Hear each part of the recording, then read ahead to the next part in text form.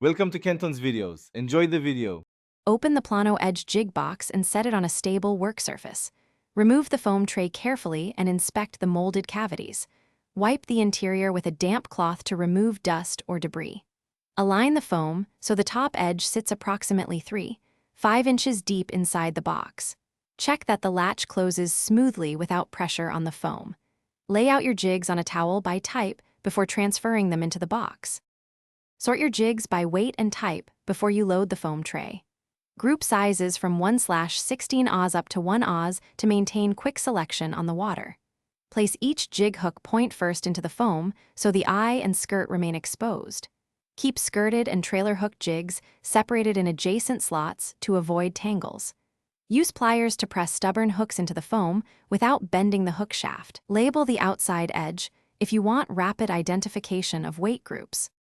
After loading, close the Plano Edge Jig Box and latch it gently to secure contents. Ensure the foam compresses slightly without deforming hook shapes or damaging skirts. Rinse the box with fresh water after any saltwater exposure to prevent corrosion and salt buildup. Open and air dry the foam tray fully before long-term storage to avoid mildew.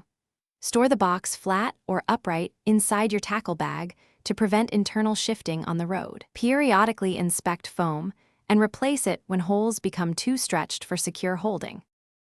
Thanks for watching. Consider subscribing if we helped you.